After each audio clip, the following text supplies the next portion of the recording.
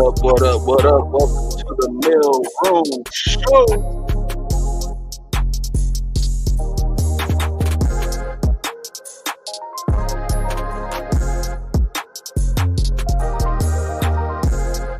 Yo, how's everybody doing out there?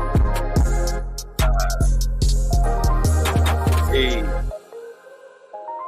introducing the fellas, we got Rollo.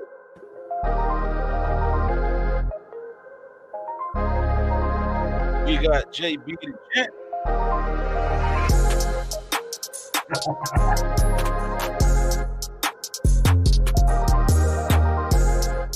I'm your chef, Hey Fitz.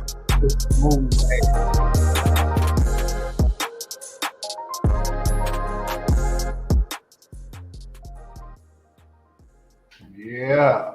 What up, fellas? What up, though? What is up, brethren? What is up, brethren? Oh man. Oh man. Oh Life. man, not again. It's like that. Life is up, man. It's good though, you know. It's all good. It's all love, man. What's up to everybody, man? Not again. Here we go. Let's do it. One more. Another one. Another one. And another one. Another one. We They back. didn't believe us. God did. Yo, DJ Khaled be having me rolling, man. Another one. God did. God, dude. He gotta look so weird when he do it though, man. He be having a crooked lip. You either God did. Like, no, you either man. gonna win with us, or Bless you gonna up. watch us win. Bless up. Let's get it. Let's get it. No boundaries. Bless, All love. All love. God did. bless up. All love.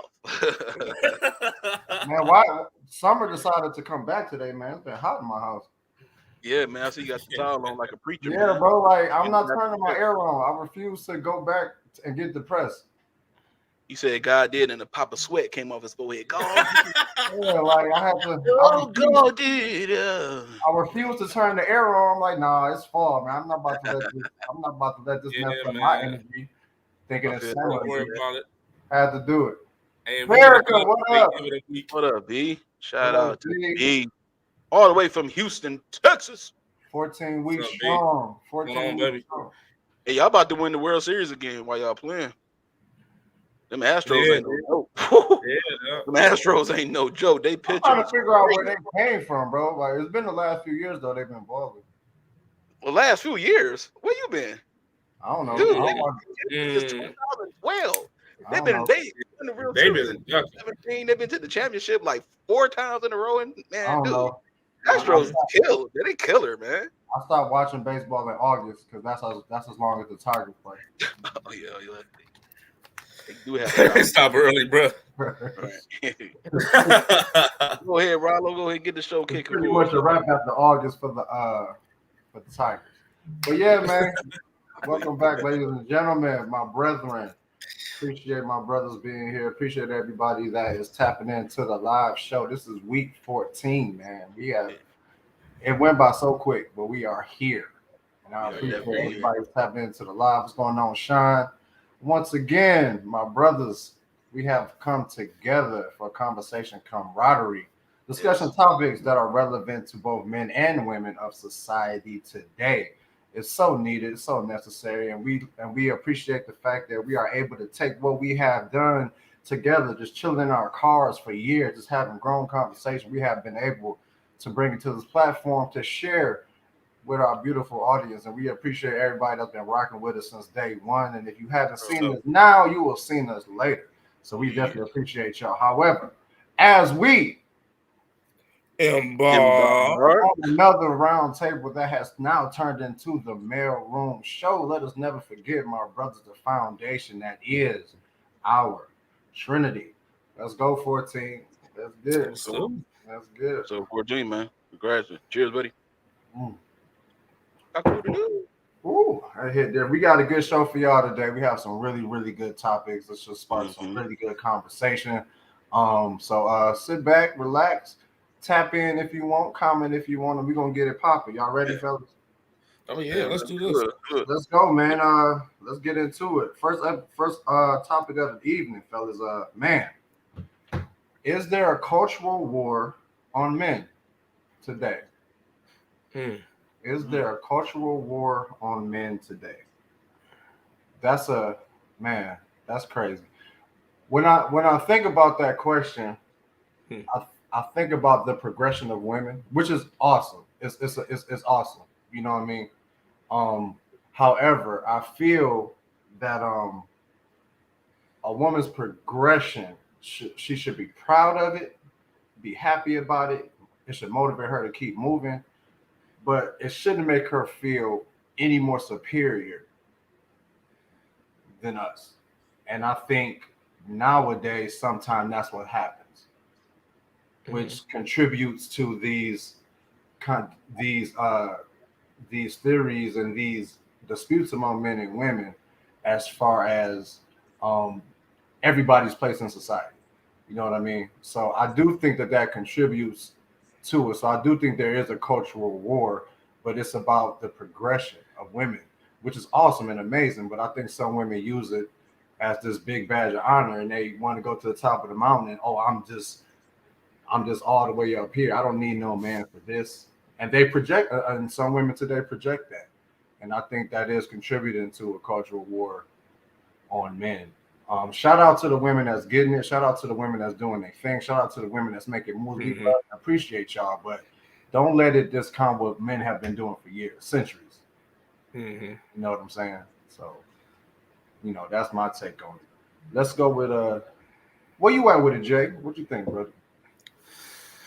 Man, yeah, I believe so, man. Like, I think we touched on this for, what I'm saying, a couple of sessions that we had, man, in the last, ever since we were doing this podcast, it been seeming like we had to defend the definition of a man and his role in the relationship and all of that. You know what I'm saying? We've been doing that for a minute. So for the fact that we had to do that, and it's not just us. There's other platforms, man, that's men coming around that's just saying, like, taking a stand on, what I'm saying, what, as far as our race is concerned, what I'm saying, like, they're taking a stance, not just black men, but all men. They're like, trying to defend, like, we have issues, we have emotions, you know what I mean? We are humans just like y'all, you know what I'm saying? Like, nobody's better than the other, you know what I'm saying? So, yeah, because of, this whole turnaround of men speaking out all of a sudden, then, yeah, I believe there's a culture war. I feel like this happened in every movement, man. Yeah. You know what I mean? Like, it's always the positive part about the movement itself. Usually the definition of whatever movement it is, it's for a positive reason. But then you have people in the movement that exaggerate the movement. You know what I'm saying? Like, the Black Lives Matter was a good rendition of, you know what I'm saying, what it stood for. But then you have people kind of like opposing anybody that didn't think that, or that everybody that, you know what I'm saying, that actually had it is a different race. Automatically, they're on the other side of the fence of this situation. You know what I'm saying? Which is not entirely fair. That's not, every race ain't saying that we don't matter. You know what I'm saying? There's you know what I'm saying, there's white people of the races. It's like, I believe you. You know what I'm saying? But just because they look like that, they just automatically on this. So I think it happened with men too. Ever since this whole movement and women wanted to be equal, okay. You know what I'm saying? But then you have those women like, oh, yeah, you know what I'm saying? Like, I don't want to be oppressed by a man. I don't want to be controlled by a man. And all of a sudden it went logistic. It went to the legal, you know what I'm saying? It went to justifying, like, oh, women should be, you know what I'm saying? The equal pay thing happened. The gender, gap thing start coming about. The identity thing start running. And then all of a sudden, you know what I'm saying? It's like we got to the point like, okay, so what is a man worth? What is he? What's he used for? Like, he got that far from the initial movement, you know what I'm saying? So it's like, dog, like, yeah, I mean, yeah, I'm proud, just like you said, Rob, I'm proud of that. You know what I'm saying? I'm proud of what they, how they became equal, how they stood up for themselves, just like race did. You know what I'm saying? It's like but all of a sudden you have people in the movement that just exaggerates the idea. You know what I'm saying? Now you have these exaggerated women. It's like, oh, all men, you know what I'm saying, are in this certain plateau from women. Like, when did that happen?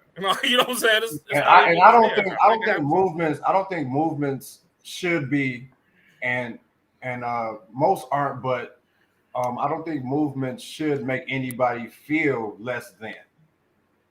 You know what I'm saying?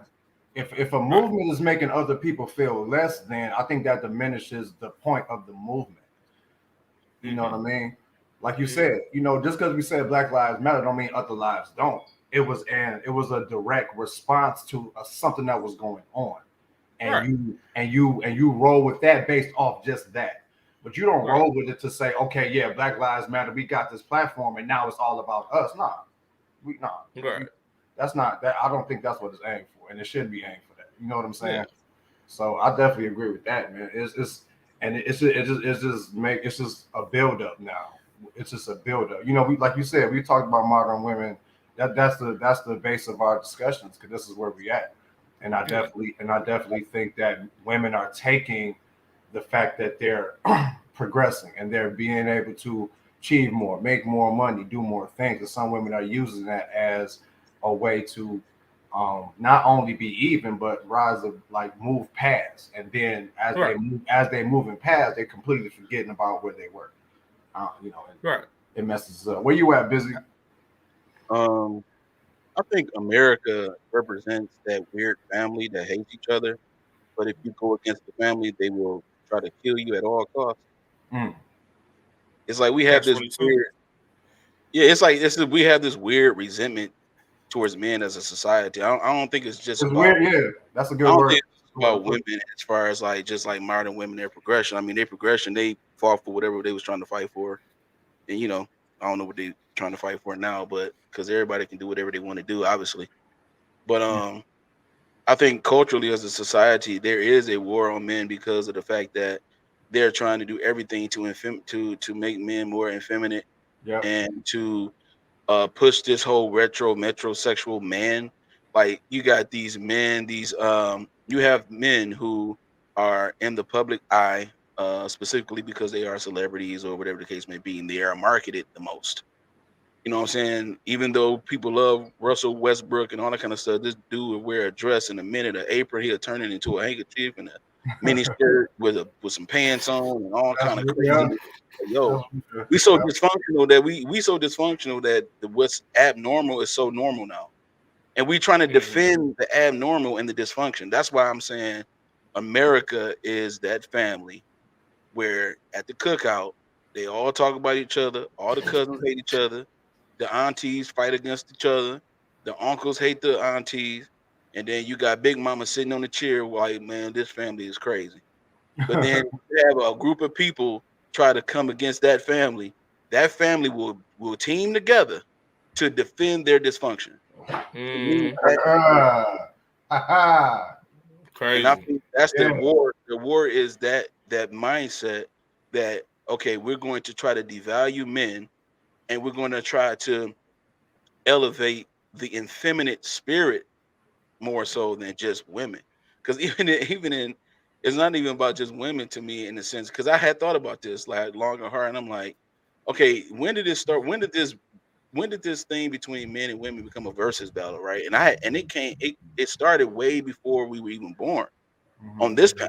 Like I thought about, it, I looked Mhm. at history, like okay, when there was a fight, when there was a actual fight for like women's rights or whatever the case may be, and it was like trying to get equal pay, like men and all kind of stuff, like that kind of thing. When that started, then all of a sudden you saw the division between men and women, and then the women like, oh, I got money now, so I could do da. Right? So society pushed the narrative that they wanted to push.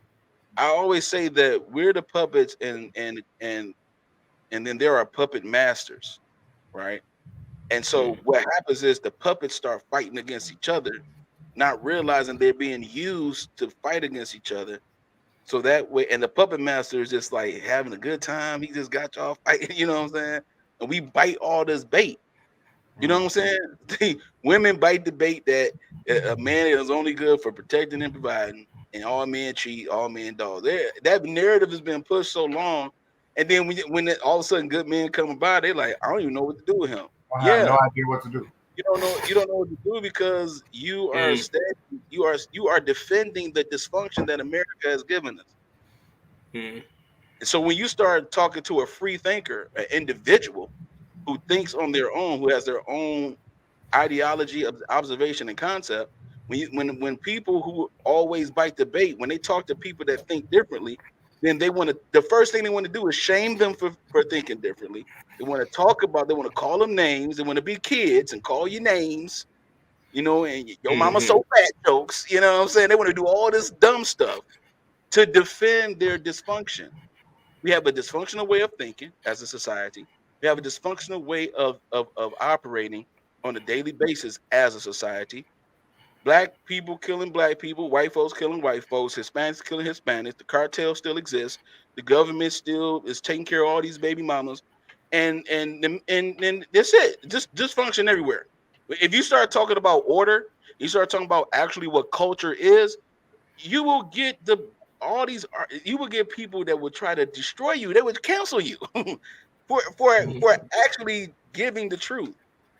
And this quote came to my head. It's something that I thought about. I said in my mind, I said this quote to myself.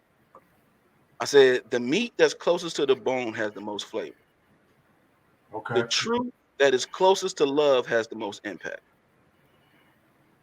And I'll just sign off on that. I definitely agree with that. Yeah. It's do y'all think that it's women's minds being conditioned toward this, or do you think that somewhere along the line this has been set in stone with these modern women today? Is it more so their minds being conditioned? Like they probably saw a podcast or heard a speech or something, and they like, oh, you know what? Bam, that's it. That's how I'm gonna think. Whenever I get to where I want to be and I'm where I'm at, that's it. It's a wrap. Men, nah. For what? I think is your mind being conditioned? Probably the younger women, like younger ladies, like 14, 15, 16, like these TikTokers, probably. But our generation and up ain't got no excuse for the craziness we doing. Right. We've been taught right. I don't know. Listen. Now, there's some women in our generation that's on that tip too, busy. Yeah, I know, but for the most part, our generation, like the millennials was the last breed of the mix between Gen X and baby boomers. Like the millennials were the last breed. Like we was the last breed of people who had that work ethic. Mm-hmm. You know what I'm saying? That had that grit and grind a little bit. You know what I'm saying? But from the 2000s and on, I don't know what happened. I have no idea. It's confusing. Like I ask myself that question a lot. Like when did this happen? When did this start? Like just the whole when did it get to this point where we even having this discussion? And see, every generation goes through a transition. So it's like our transition, it was R&B, love music, family, and then it went from that to disco, rock and roll, hip hop. When you got to hip hop, then that's when you start rap and culture, hip hop culture. You know what I'm saying? Right. And all that. Like we go through changes as a generation, and now then this next generation, they're all about like pop, like crossover music now. Like even in the music, you could see the difference. I mean, dude, Lil Yachty is a grown man wearing beads in his head. Facts. Good point. That's today's generation's God damn. Ice Cube. That's today's generation's like damn, that's messed up. I forgot. You know what I'm saying? Because grown man wearing beads, bro. Yeah. Come on, man. He wearing beads in his head. He got clear ones, red ones, white ones. He just all over the place. Whatever outfit he wear, his beads match. Like what? What are we talking about? He be in the beauty supply store. He be in the beauty supply store often, huh? Yeah. He be having like, yo, go in there and give me some. I want some neon green, neon blue, and neon white beads. I'm about to wear a neon outfit. Just go ahead and give me the 80 pack of beads. And that's today's generation's rappers and artists and icons and all that kind of stuff. Terrible. You know what I'm saying? Marvin Gaye days is over. Them Donny Hathaway days are over. There ain't no more icons like that. That's why people like Usher and Chris Brown, I'm like, okay, y'all. I mean, y'all been singing to these little girls for a long time. When y'all gonna sing some grown folk music? Y'all it is what it is, man. It's just that The generation we eat all this. We eat everything that's not good for us, as far as like the messages that's being sent to us through the marketing and society and all these TV shows. It's just reality TV. It's drama. It's fighting. It's all this stuff, and everything has to do with a man doing something wrong. It's always about a man not doing what. Always, yeah. There are so many men that take care of their families. It's not even close to it being equivalent to Pookies and Ray Rays. It is never talked about. But the Pookies and Ray Rays are more highlighted because they're the most entertaining and they generate more money. They generate more. They generate more of the agenda that they're trying to push. Yeah, it's a drama effect, man. The drama always produces more money. Yep, that's facts. Will we ever get past this, fellas? Probably not. Probably not. You know what I'm saying? Like the smart. I go back to what Tay said about this generation, man. Like our generation was infusion in itself. When you talked about music, you know what I'm saying? We infused the music. That's why that we invented the whole sampling concept. Mm-hmm. You know what I'm saying? That's what made somebody a producer hot when they sample old school music. Because we knew that song and we knew the hip hop version of what they were doing too. So our generation was like on infusing. And I think we did that with morality. I think that we did that with laws and rules. We just infused it. Yeah. You know what I'm saying? This generation is kind of like substituting everything. Yeah. It's like dropping it and just starting something new. You know what I'm saying? As if the things that we were taught and done wasn't good enough or wasn't valuable at all. You know what I'm saying? Like, it's kind of weird. You know what I'm saying? Like, you know, the honoring, you know what I'm saying? And we're talking about the culture war, man, just the honoring the man in the household. You know what I'm saying? It was infused in our thing. Like, okay, well, women got a stance too. You see what I'm saying? Like, okay, that's cool. Man still was there, but a woman had a position as well. So it was like one of those things coming up with us. But now it's like, it's all personal. It's like, well, the women is like this and the man is like almost zero to, you know what I'm saying, little to nothing. Like totally getting rid of the whole concept of a man. That's just crazy to me, dog. Like I don't understand. Like it's just like a switch got flipped, and these women just started going crazy with their progression. Like, and I don't think it's just young. I don't think it's just young women. I think it's the young-minded. Young-minded. That's why it affects our generation too. Yeah. You know what I'm saying? We got some older generation, even older than us, that's just young-minded and thinking and adapting this modern-day society way of thinking. If you enclosed in four walls and they like right here next to your face, you're going to eventually run into one of them motherfuckers. Right. You know what I'm saying? That's real. Right. That's real. So I think that's just how it happened. All of a sudden, you know, some just snapped. Yeah, some just snapped, and it just became this big old man diminishing women empowerment thing. And I want our ladies and our lady viewers to understand. Like we love the fact that y'all are getting it. We love it. That's what us three men right here. We're looking for women like that. But don't let it diminish what men have been doing. Ugly. You know what I'm saying? Don't let it diminish who you were before you got it. You know what I'm saying? Don't get so caught up in this feminism movement that you forget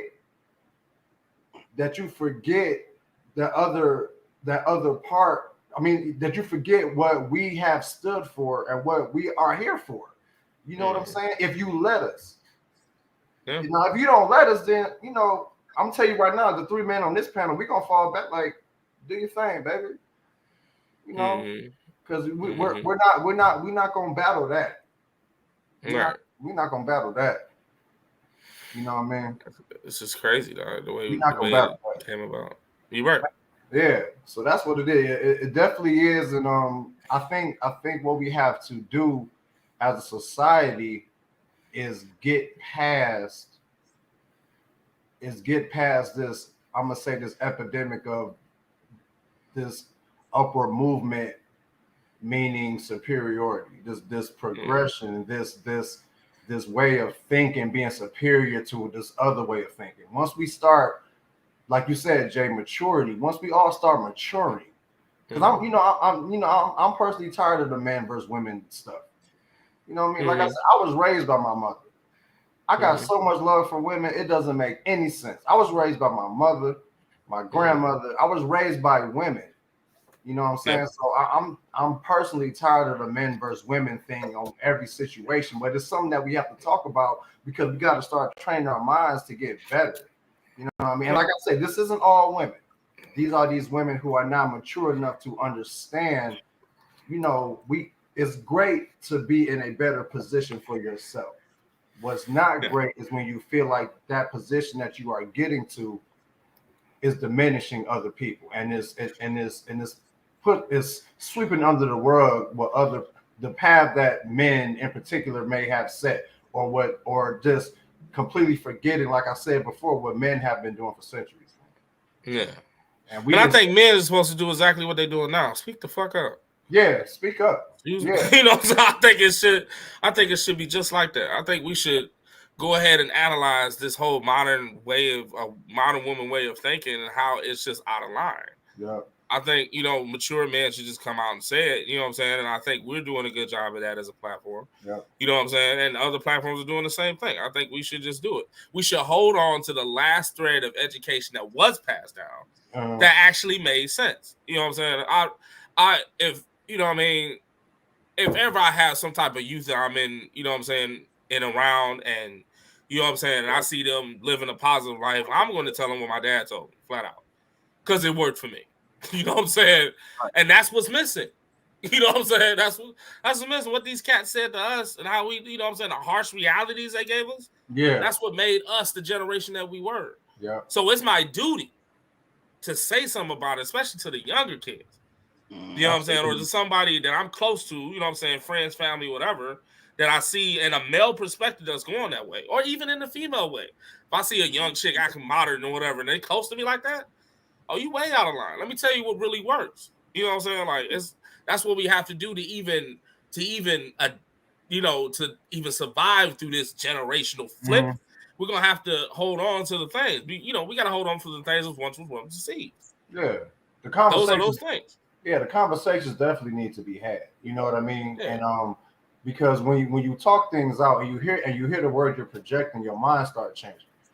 You know what I mean? If you really sit and listen to, if a woman will really sit and listen to a woman's perspective that's opposite from hers as far as this, what we're talking about, this cultural war on men based off, the progression of women and women claiming they don't need men and all of this. If they're willing to sit down and listen, at least just be open to getting a different perspective. Right. And and when I say open, not meaning agree, but just being willing to listen and just try to understand the other side of it from a more traditional woman's standpoint. You know what I mean? And just to get the wheels turning, man. Everybody. If you set in your ways, that's awesome. That's fine. But if it ultimately puts you in the same category of women that a lot of men don't want today, that's on you. Because facts and fundamentals to me is it's like math, bro. Like, you know what I'm saying? The way how a man and a woman could work and we just talking about hereditary, just regular stuff. You know what I'm saying? I know it's a lot going on, not demising anything else that's going on. I'm just talking about man and woman relationships. Yeah. Like, we know that role of a man and the role of a woman can work and support nature, and we've seen it work before. That's how everything was, how it was created, how it was first, you know what I'm saying, designed. That's just how it works, right? Thousands and thousands. That's just the way it is. Right. Yep. You know what I'm saying? Thousands. Years. Right. That's just the way it is. So I think about it like the math concept. Math is the math concept.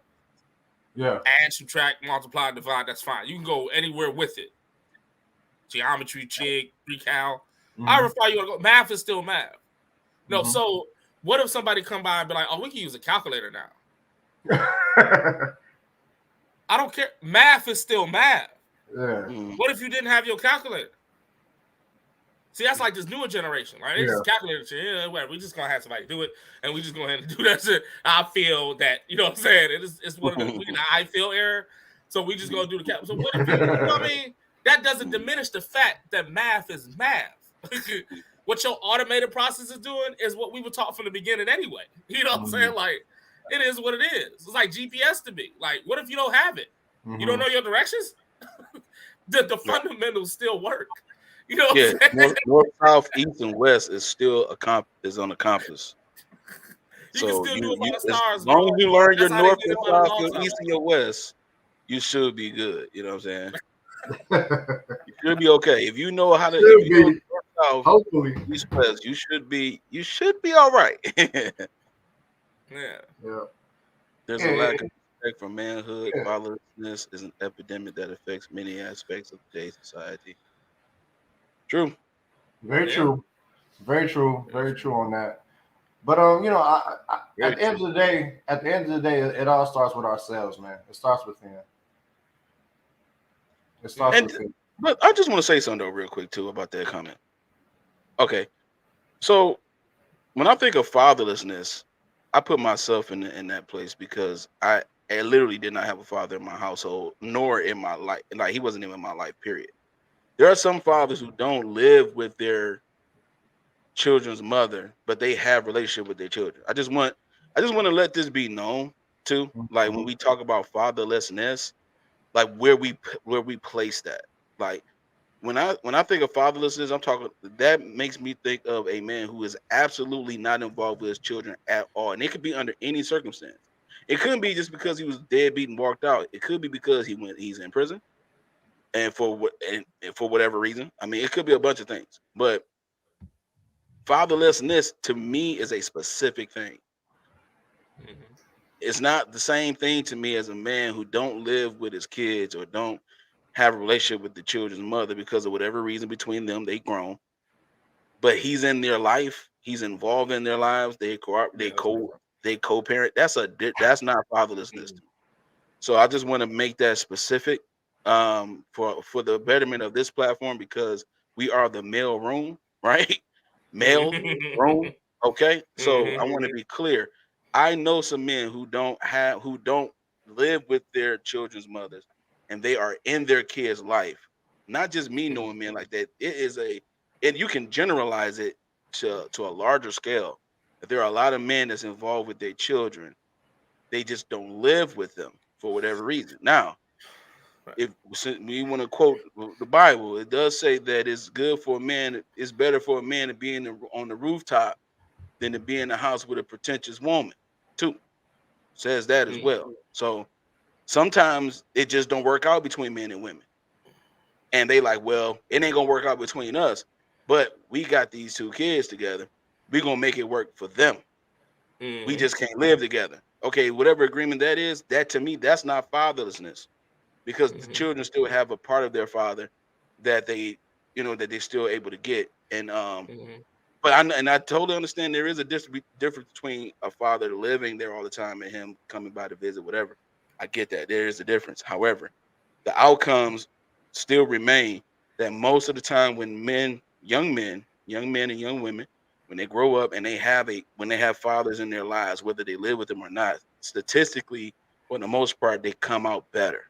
You know what I'm saying? Come out better.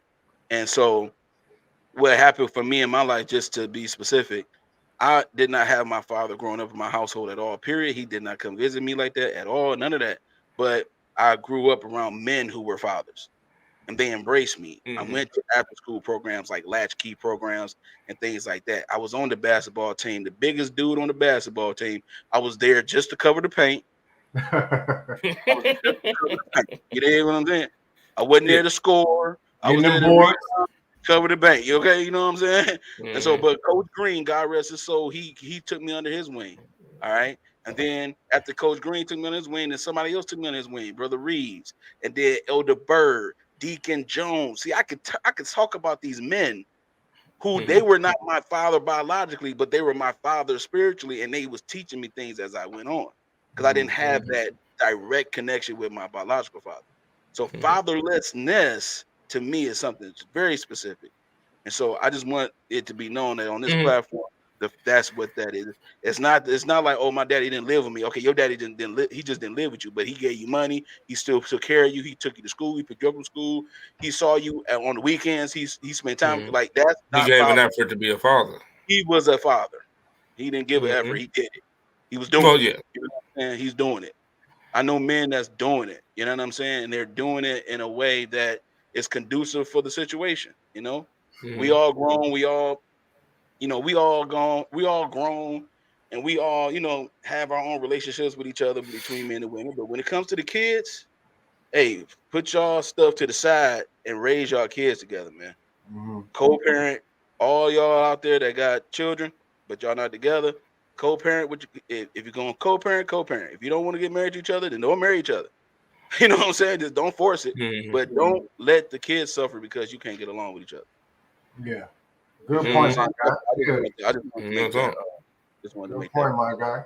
Great discussion, fellas, man. Yeah, like this is going to be an ongoing conversation, and I think it starts with like Jay said, it starts with our mindset in order to figure out a way to get past this in a positive, get past this in a positive way, not get past it to where everybody just still going left and going right, but just starting to understand a little bit more about each other. This is where we are in society now.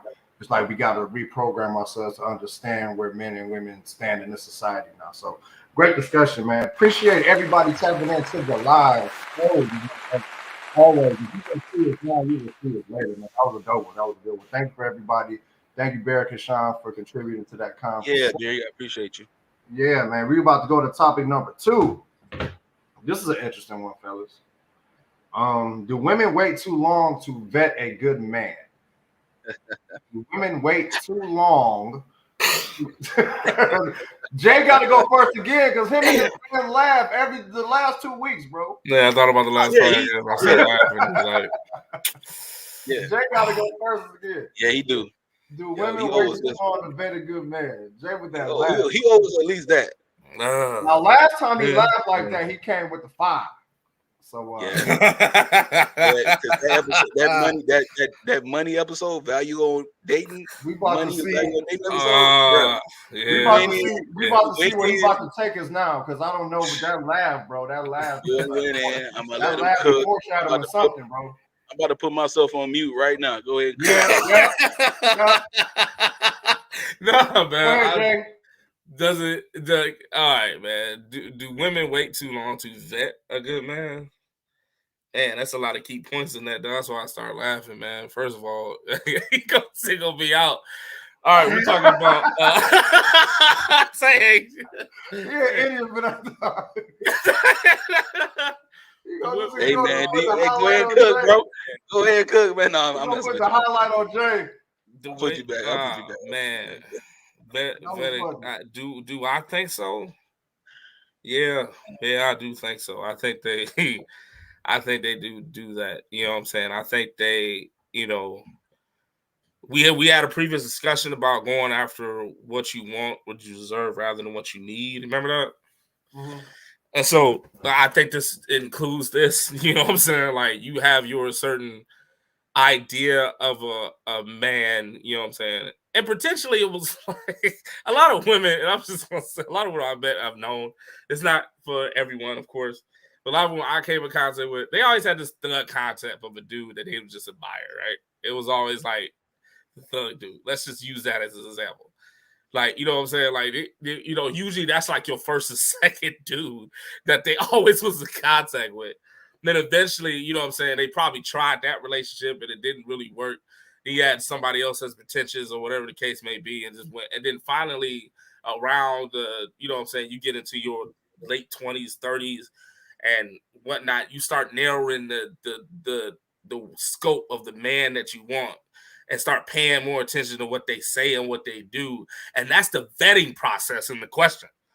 You know what I'm saying? You get to about your late 30s and 40s, and all of a sudden you start thinking about intangible things that you like in a guy. You know what I'm saying? And that was all out the window. And don't get me wrong, we all did this, right? And from a young perspective, you know what I'm saying? When we, you know what I'm saying? Because, just maturing, everybody had to mature in some type of way when it comes to the opposite sex. Mm-hmm. But when we're talking about this subject, about women waiting too long to vet, that is like, for real, man, because they have this concept in their head, you know what I'm saying, and it don't necessarily work coming out the gate, and then they alter it a little bit, like, okay, well, maybe just, they alter it based on the situation they was in. So my man was like, the pretty thug, but he ain't had no money. So now they had the pretty thug that needs some money. And the pretty thug that got the money and got a bad attitude. So you need a pretty thug with money that got a better attitude. And so they started doing this. And then eventually they got to their late 30s. I'm just saying, bro. What? Wait a minute. A pretty thug, bro? What is that? Because he can't just be a thug. I was going to catch you. That is the best description of modesty I've ever heard. That's a new one. Yo, that is straight comedy, bro. Oh my God. You know what I'm saying? You got to be willing to take a nigga down and battle a nigga up. That's the thug concept. But he got to look good too. So he got to be like a pretty thug. So you got the pretty thug, but I was gonna figure that out later. He got the pretty thug, man, but he ain't had no money. So I got you. So now you need the pretty thug with the money, and the pretty thug with the money got the attitude because he think he everything. He work at the plant. He think he the joke. He the pretty thug at the, but he don't care about you like you want. So you need a pretty thug that got a lot of money that's somewhat like compassionate. So you need the pretty thug. You see what I'm saying? And you go through your years doing this, and at the around the late 30s and 40s, now you like, I just want a good man. You ever heard? That's facts. That is with the money and come on, man. So yes, I think they do that. I think they do. So Jay, basically, they should have stopped going after the pretty thug. They should have. I mean, because the internal going after the pretty thug. Right, the intangible is based on the tangible. Earlier. Right. You know what I'm saying? You know what I mean? So it's like we had it all twisted at the beginning. You know what I mean? So it's like, it's all, that, and she's right. It wasted too much time for potential. You know what I'm saying? Like that's definitely right, man. So it's definitely that type of thing. They wait too late. That's why I see her when I hear this question too long. That means late in your day, like 30s, 40s. Now you're solidified in the person that you are. You independent. I think that's too long to start vetting a man about if he has a good character. Like you should have been doing that. Okay, I got a question. Your priorities is all screwed up. So yeah. Jay, I got a question for you. What up? What age do you think a woman should start vetting a good man, or a man? Period. What age should she start vetting? What age? I think I would say late 20s, 30 is a target.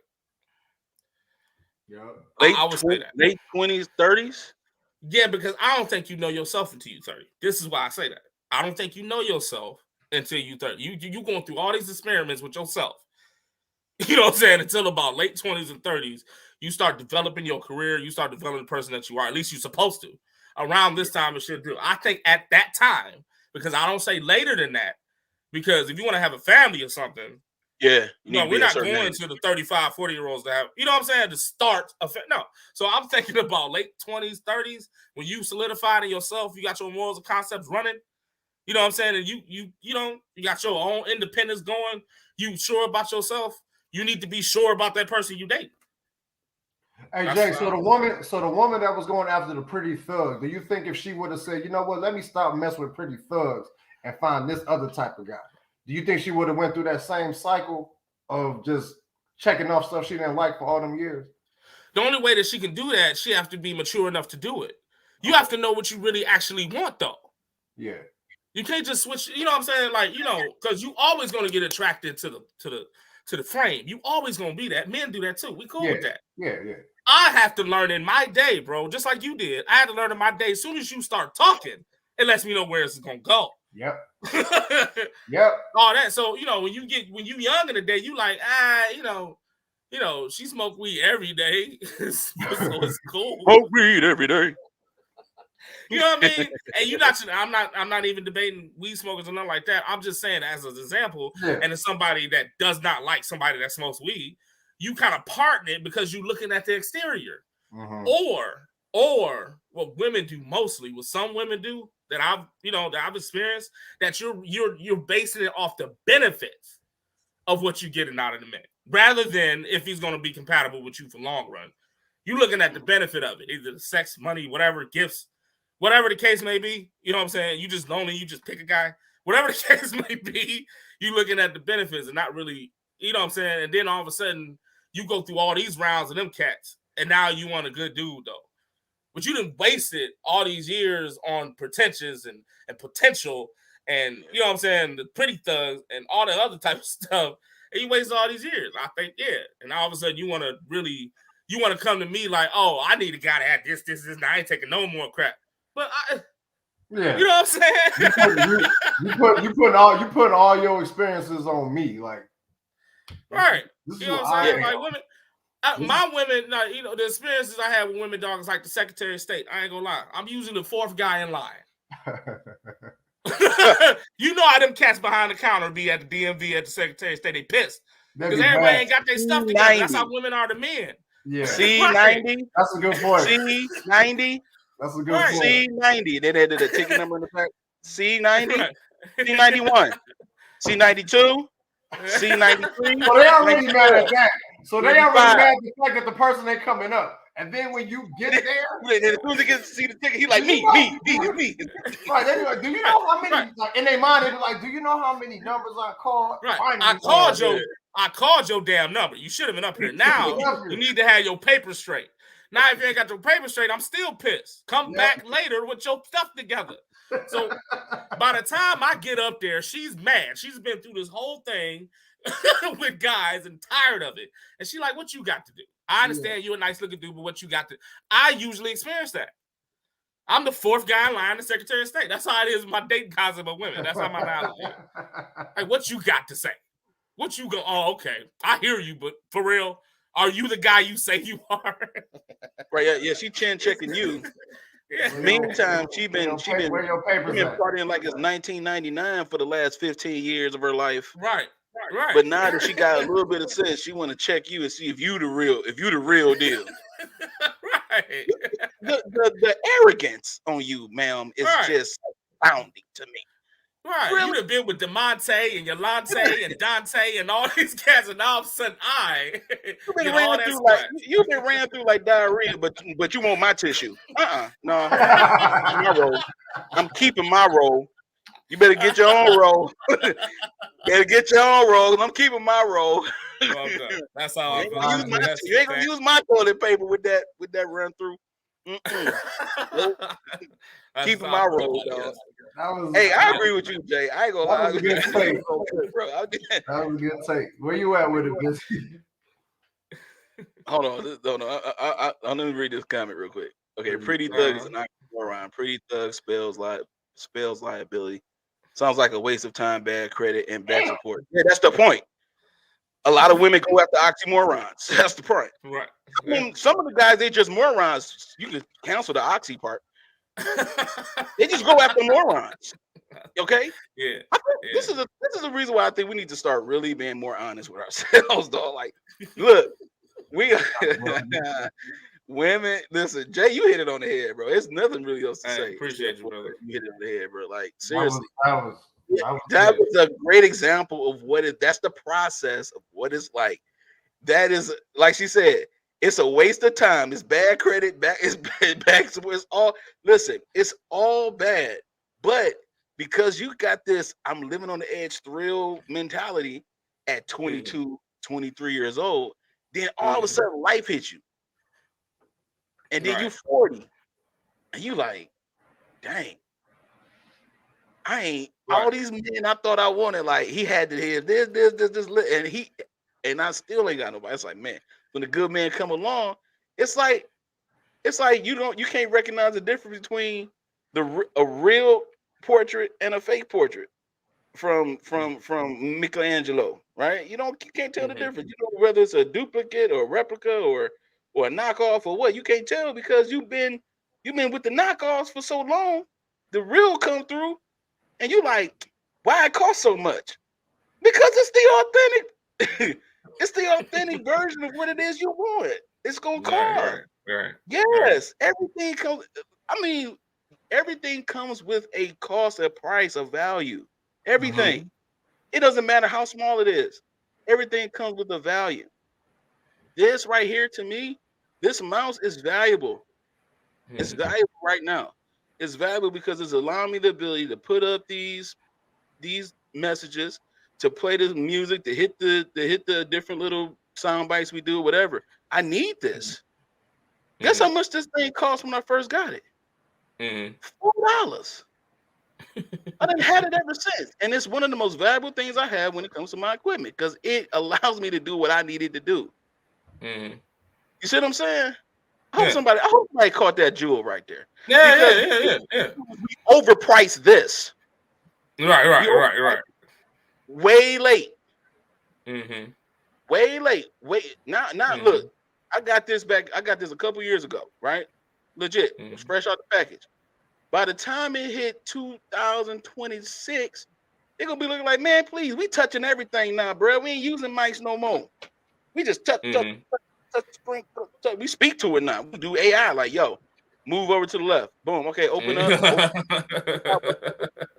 Pop-up window. Okay. It evolves, but when you see value in it, you'll take care of it. You'll keep it. I see value in it, so it means something to me. I don't care what these other guys say, right? So that's the thing. It's like, what is it that you find valuable about yourself? Whatever you find valuable about yourself, ladies, you're gonna vet a good man to make sure that the value you bringing is gonna help his life, and he's gonna reciprocate the same. This whole back and forth about relationships to me is crazy. It's like, do you have value? Do you have value for this person that you are vetting? If you see value in this person that you're vetting, if you feel like the value you have can be helpful to that person, then go ahead and vet that person and get and do your thing. Get together, if y'all gonna get married, do whatever it's gonna be. But why is it waiting until all the way until you almost like 45, 46 years old? You still in the club, you're trying to get Uncle Dennis is in the club with you. You know what I'm saying? It's like, dog. It's like y'all in the club, y'all 50. Y'all 50. You know what I'm saying? Like, I don't get it, man. I don't understand. Like, at some point your life should be settled. You should be settled with yourself. You know what I'm saying? You should be content with yourself at some point. Like, yeah. I want to ask y'all a question, and this is kind of like, I want to know how much me personally I might have contributed to some women maybe vetting a good man later. Because Jay said, what age should women start? He said, what age? He said 25 to 30 is like. Okay, so like, actually, as far like as early as high school up until I was around my mid 20s, I've had women who like felt that I was the guy. You know what I'm saying? I've had women who felt like, Rob might be the one, and I'm gonna see where this goes. Now, either I wasn't ready or the relationship didn't work out. But it was still, we were like, I remember like towards the end of high school, going into college, mid 20s, there were women who felt that I was the guy, but either, like I said, we broke up. I mean, it didn't work out. I wasn't ready, just lack of communication, whatever. So in those instances, when women think they have it at a young age, but still don't find it, do you think that they kind of like keep in mind the fact that it ended, or do they just continue to remember what attracted them to the guy so they can keep that same energy when they find somebody else? What do you mean? Do they just kind of like cut it off? What do you mean? Yeah, I was trying to follow too. Yeah, what do you mean? Because like if a woman feels that I'm the guy, right? Like she feels that I'm the guy, and we fall off, or whatever, or my situation. My situations were at the time where I felt a woman was into me. Like I either wasn't there, like I wasn't ready for it, or we were in a relationship and it fell off. Does that contribute to them maybe vetting too late as well? I don't. No, it depends, man. I mean, yeah. It could, right? Like, yes. It could, right? Yeah. Why you say that, bro? I'm gonna say that because okay, look. So I'm gonna use my because since you're going anecdotal, I'm gonna go anecdotal with you, man. We're gonna ride this train together. Oh. I got married young. You know what I'm saying? So most of my 20s going into my 30s, I was married. 10-year relationship, 8 years of marriage, right? So what happened like with the woman and my ex-wife was younger than me. So it's almost like you have a situation like that, and then you see like after I got divorced in 2015, right? And then after that whole thing, then I see how the dating scene has changed because I haven't been in it. Yeah. And the more and more you have a woman who was in that age that Jay was talking about, because you asked that question about that age. If you have a woman in that age that's saying to you like, yo, the value in you, bro, is like legit. I want some of that. I want some of that, right? Right. And then you like, no, I don't. It's like you're one of the contributors, but it's not all your fault though. Mm-hmm. It's just the fact that she caught you at a time where either you wasn't ready, like you said, like the examples you gave, or it didn't work out. You know what I'm saying? But that's all that is. It's not like it's your fault that she had to vet. You was not ready. You took that accountability and said, "Hey, I'm not ready. I'm not going to pursue in that Yeah. manner." If you Yeah. did that, then okay, yeah, you contributed to her waiting. But there are other men out here. You know what I'm saying? It's like she can't find good men. So at the end of the day, it's like you're just one of the contributors, one of the experiences that she had where, man, I had a good man. I thought he was ready, but he wasn't. I had to move on. Boom. He wasn't Yeah. ready. Boom. He did his thing. Like that's it. But it wasn't like you weren't trying to purposely be like have somebody wait, dangle on a string, act like you Yeah. wasn't doing that. I It's don't think actually you had in that aspect. I don't think you had to change the way she vets. yeah, exactly. Like Yeah. that's what the previous guys did. They had to change the way she was vetting these dudes, or made her vet a different way in some type of way. I don't think that type of scenario will make you change. You know what I'm saying? Your way of, you know what I'm saying, looking at the next guy. Your Yeah. standards could be the same from her dealing with you to the next guy because you didn't change those. You probably fit those, but the scenario just wasn't at what it's supposed to be at that time. She can go with those same standards to the next dude and see if he meets him. You know what I'm saying? Right. You know what I mean? You could be guy one, I could be guy number two, and I could be the same as you. Like I don't want to. I'm good. I mean, the way she vetted wasn't the problem. Right. It's that I don't want to be with you. I want to be in a relationship. I'm That's just a me thing. I'm just thinking about the aftermath. If it affects them emotionally enough to where they be like, damn, you know what? Forget this. I'm a You like a good girl going bad type situation. No, just if it affects them emotionally to the fact that they might just stop pursuing, because I've had that too. Not stop pursuing, but you know how some things can affect certain women at certain times, and it can just make them completely shift on how they move. It can affect them so much. It can affect them so much emotionally that they either decide to, you know what, dang, if this dude ain't work, god dang, like let me fall. So like. Oh, you talking about one of them? Oh, you talking about the I'm single by choice shit? You talking about the I'm single by choice girl? No. I don't think. Is that what you're talking about? Single by choice? That's what they do. That's what normally happens. It's like once they didn't get the man that they really wanted, when they have an over emotional reaction, it's just they like, oh, I'm single by choice. Like, no, you're single because you broke up with your last relationship and it didn't work out.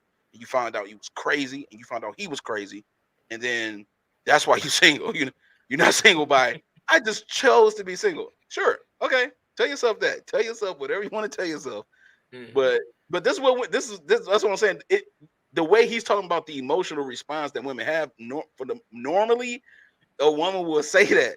And until they meet you, then they're like, oh, I like him. I mean, it's something about him, right? Until they meet you, then they ain't no longer single by choice. They really trying to look for somebody. They single by choice in between men. Hold on. I'm going into a different. No, because I was about to ask you something. And yeah. I think I'm gonna get you. Okay. So Tate, let me ask you something. Told you he was gonna cook, and the nigga started laughing at the beginning. What about the women that actually think they're in the way of vetting correctly, and then they meet you, but you know they're not ready for a relationship as the type of woman that they are. They run into us, and then you see expose them like you expose the fact that they're not ready yet. Yeah, what about them though? Those are the single by choice women I'm talking about. Ah, okay. I got Those are the ones that say I'm single by choice. They always say I'm single by choice because they got exposed because the good man who's actually got himself together, when you was trying to vet him, he wasn't feeling you, and you think you was all the way put together, you wasn't. Oh, you had to face yourself. Damn. So since you had to face yourself, now you single by choice. Pull. I'm telling you, dog. Pull. Oh my bad. Rob, you said it's so smooth, dog.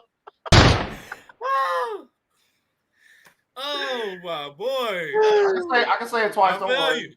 I can say it twice. I feel you. I give you another one because you said it twice.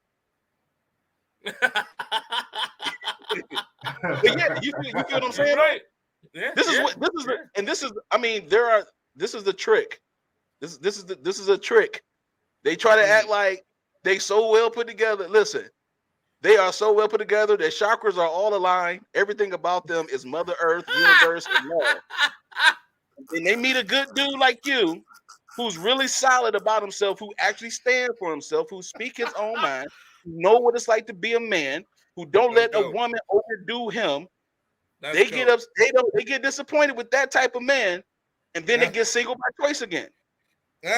And then they send gifs and serious text messages. Yeah, and then they do a whole bunch of N.E.I.R.E. and Jill Scott albums at the crib. Hey Jay, missed that one. Hey Jay, did you? I'm telling you, some women are cut like this, man. Everybody that's watching this is an inside joke. Hey Jay, I said, then they send gifs and serious text messages. Oh yeah. you be saying something for real, and her my bad. We went. That was an inside joke. No, you good. No, I got you. It makes sense though. It makes sense in generic. But you see what I'm saying? You see what I'm saying? It's like that's what, to me, when Rob was talking, he's describing to me that type of woman who take an emotional reaction that deep that she like, you know what? I'm so disappointed. I'm just gonna be single by choice. And then when you ask her, well, why are you single by choice? She will say, because there ain't no good men out here. Yep. Ladies, if y'all watching us right now, you know I'm telling the truth. Y'all need to stop. Y'all cannot cap with me today. This is not the day on October the 23rd to cap with the boy. See, look, I got a witness. Man. Sean is like, okay, now you fooling, Tay. See, she know I'm telling the truth. This is what happens. And then they take it personal, and then they be single by choice, and then they start buying sage and amethyst stones and Mother Earth poems and all this other stuff to get their life together. And all they need to do is just chill out in the first place, get out their own way, and just be a lady. Yeah. Stop trying to be somebody mama. Or figure out the progression of you too. Yeah. Like that's it. Get yourself together. To these type of dudes, you need to self-check, man. Yeah, straight up. And when you run into a decent guy, like, you know what I'm saying, like somebody that you revere as decent, you know what I'm saying, like he just say that, you know what I'm saying, maybe, he give you the advice out of respect, like maybe you should take your time, you know what I'm saying, like, or I'm not ready for the situation or something. You need to self-check. Why was the guy that was totally different from everybody else you dated didn't want you? Why was the guy that was good, that was better than everybody else you dated, said that he didn't want you? You know what I'm saying? Like, I'm just saying, dog. You know what I mean? And you want to internalize that and talk about there's no good dudes out here? Come on, man. Something else going on, man. Stop it. Come on, man. Yeah, I think they wait way too long, bro. We know better than that. And that's the thing. It's like, I'm telling you, I remember specifically, there was a woman that I was just getting to know again. We had known each other for years. We had a long gap of not talking, and then we talked again. And even while we were talking, all she kept talking about was how much she liked me. That irritated me so bad, dog. It's like, okay, I appreciate it. I like you too. I like you too. I appreciate it. So what are we gonna talk about, right? That'd be weird. Yeah, like that'd be weird. That's You know, so I'm like, okay. uncomfortable. And then so in the midst of me having that type of back and forth interaction with her, I found myself carrying the conversations, like asking her questions about relationship, blah blah blah, whatever. I knew a couple relationships. I knew a relationship that she was in, you know, because I had known her before. I knew the relationship she had got out of, and all that kind of stuff. So when we talked, she always reverted back to all those things and that and stuff like, you know what I'm saying. So I'm like, okay, obviously you're not, you have residue of some stuff, which is fine. Listen, I'm not tripping that you got residue. Right. What I'm tripping of is the fact that you are addicted to it, because every time this particular person is always talking to you, because y'all share a child together, every time this person talks to you, you have the chaotic response to him. But you're but you're done. You're over it. You know what I'm saying? It's like, okay, well, you are, and why you keep going back to that person? Why would that person call you early in the morning to be dramatic with you? You answer. You already know what the like. What boundaries are you setting? So when I started asking questions like, because she got personal, she started talking about personal situations. I'm like, okay, I'll listen to you. And I'm like, okay, so what kind of? And I would ask her questions, legit questions, like, okay, what kind of boundaries are you setting for yourself in this particular situation? I try to not pick up, but I have to. I try to. I'm saying no. Okay. Well, the boundaries that you set should be executed, should be enforced. You know what I'm saying? And then you got to go from there. If you haven't been enforcing your boundaries and really staying true to yourself with the boundaries that you set, then that other person is not going to respect your boundaries, because you don't even commit to them. You don't even commit to your own. Talk. You just all talk. That's what they think, because it's like you don't even commit to your boundaries, so why would they respect yours, right? And so that's the thing. That's the vetting. Someone is getting that type of information. Watching how somebody operate will tell you everything you need to know. Everything. At least the moves people make, and the little stuff they do that don't make no sense. But you ain't being judgy. You just like, you notice it. You be like, okay, all of that means something. Yeah, right. Like when I ask a question, like, because you're bringing it up to me. So if I ask you a question about the thing you're bringing up to me, and you don't give me a real answer, or the answer that you give me is something that you made up just to make yourself feel better. I mean, I can tell the difference. I'm not a novice. I'm a vet in the game. You can't pull nothing on me, baby. I've been here. You're not doing none of that with me. Like, right. I see you, yo. You feel me? They celebrate me on Veterans Day. You feel me? You know what I'm saying? They celebrate me. They knock on my door. You understand what I'm saying? On Veterans Day. You know, V-Day. That's the V-Day I'm talking about. You know what I'm saying? No, but and when you try to, I'm telling you, there are women that will confide in you and talk to you like this, right? And when you talk to them, you hear them talking, and you hear them, and you see the way they're acting, and then after that, you be like, but they like you though, right? Like and you know where you at in your life, and you know how you rock and roll, and it's like that don't match with what I got going on. So I don't really have nothing else to add you, baby, until you figure out what you got to do with that. I'm not about to. And that's the chick that be like, after that happens, okay, I'm just single by choice, because dudes ain't nothing. You know, they say the N-word, them niggas ain't nothing. You know, the niggas ain't nothing. You know what I'm saying? I mean, I'm loyal. I'm beautiful inside and out. I got my own money. I make all of the buzzwords you need to know. Just let them talk. Do women expect every dude that they're interested Turn in? off my cam, bro. I'll turn off my cam for that bull. Y'all just gonna leave me up here by myself? I had to let that cut pass for me, bro. Do women expect every man they're interested in to be interested in them? Do you think? Yes. Yes. Yes. Yes. Yes.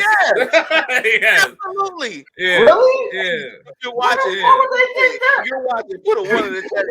If you're attracted to a man, that man better be attracted to you. Right. You better put a You one can in look chat. at it backwards, dog. They not into the word no. So to answer that question, then yeah, of course, every guy should be interested. No girl like to say hear the word no. Man, Crazy.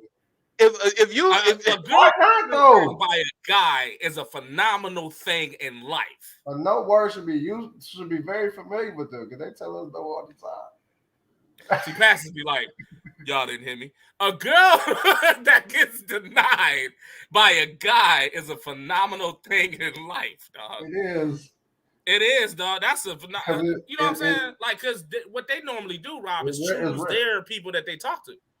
Women usually choose the guy that they talk to. You know what I'm saying? It's very rarely that they be offset by spontaneous come up like, oh, you know, dang, you are cute. What's up? You know what I'm saying? Usually they will go ahead and be like, I'm talking to this guy. They choose. Like, it is what it is. You know, that crap shot that we talked about before, they choose the guy that they're interested in.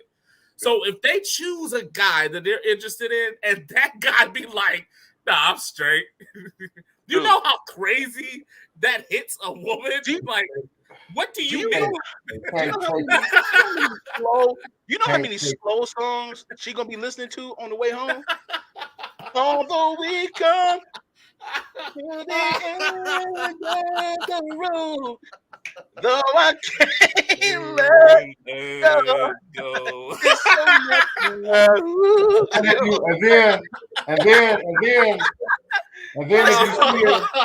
and then if you see her out somewhere, you try to be cool with you. She give you like a little side hug, or she'll give you like the elbow dap. Like because you rejected her, man. Absolutely. Thank you for being honest, John. We got one mail carrier that's gonna be honest. I appreciate it. That's cool. Come on, man. If a woman look at you and be like, I gotta get to know him, and she start going after him, and he be like, nah, I'm straight, boy. It's about to be a whole different thing. Wherever they at, it's about to be a whole different thing. It was you could be at the flower shop. It's gonna turn into the St. Valentine's Day massacre, boy. You are supposed to like her back. That is your job. You got one job. That is mandatory. And then you got one job. You supposed to like her right back. It's mandatory. Hey, she liked you. You supposed to like her right back. It's the extreme response. So it's gonna be a extreme response. Like, hey man, you when the last time y'all turned? You gotta be something, dog. You gotta have no sight whatsoever. Maybe you ain't had your glasses on that day, bro. Yeah. Maybe you had your glasses on that day because I don't know why that you denied me. Or maybe you might be playing for the other side of the fence. I don't know. Yeah, it's something else going on, dog. When the last time y'all turned a woman down? When the last time y'all man, that was a couple months ago. Yep. Then a few months before that. Then last year. Yeah, Then a couple of months before that. Yeah. Oh, I've turned out a few because I changed. Yeah. Mine was recent. I don't have to take everything I come across. Yeah. I became that man. Yeah. I don't need everything I get introduced to. Yeah. So I'm turning down all left and right. No, man, I'm straight. You know what I'm saying? Like I'm not even being on my pedestal or whatnot. I know that's not going to match with me. That's all I'm saying. Yeah. That's just not matching with me. You know what I'm saying? Like, what's going to happen is to affirm her value after you reject her, she's going to need to affirm her value again. This is what needs to happen for her process to work. Her chakra, you messed her chakras up when you said no. Right. It's all out of line now. This is how they realign their chakras. They get on Facebook, they play these name tester games, and these name tester games ask specifically, well, what type of woman are you? And then they go through your profile and they give you this whole list of things like you are a beautiful woman, and then they plaster the meme on Facebook, and then caption be like, yes, with a snap finger. and then it'd be snap finger emojis after that. Yes. Snap finger emojis. And then all A's. And then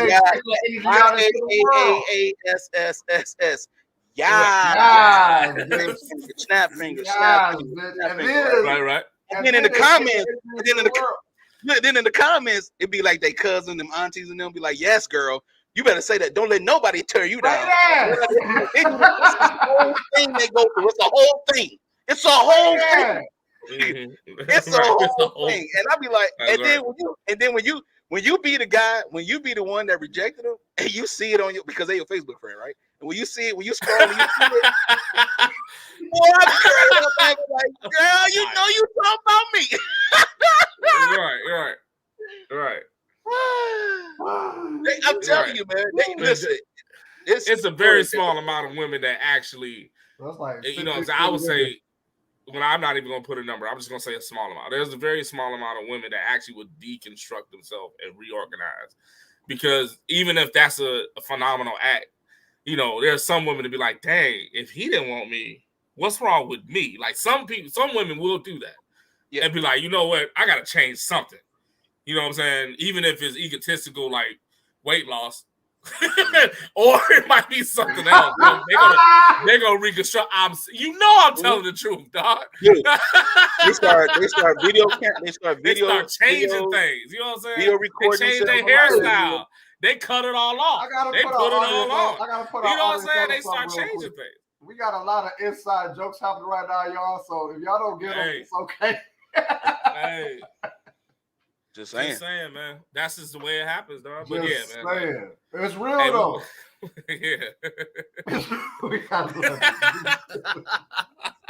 Only ones that pay attention know this, dog. Only ones that pay attention. I think we need to move on, Rob, before we start losing. Yeah, we gotta go. We about to lose. We acting like we gotta lose. I'm sorry. It's like we got on the show right now. We're really going up right now. Thank you to everybody that's tuning in. I'm exposing this crazy. I'm telling you. We go.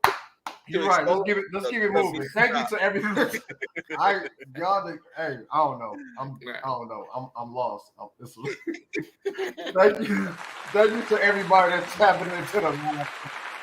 As always, we appreciate y'all. But y'all know what time it is, man. Let's get into the feature topic of the week, man. Scroll it. We're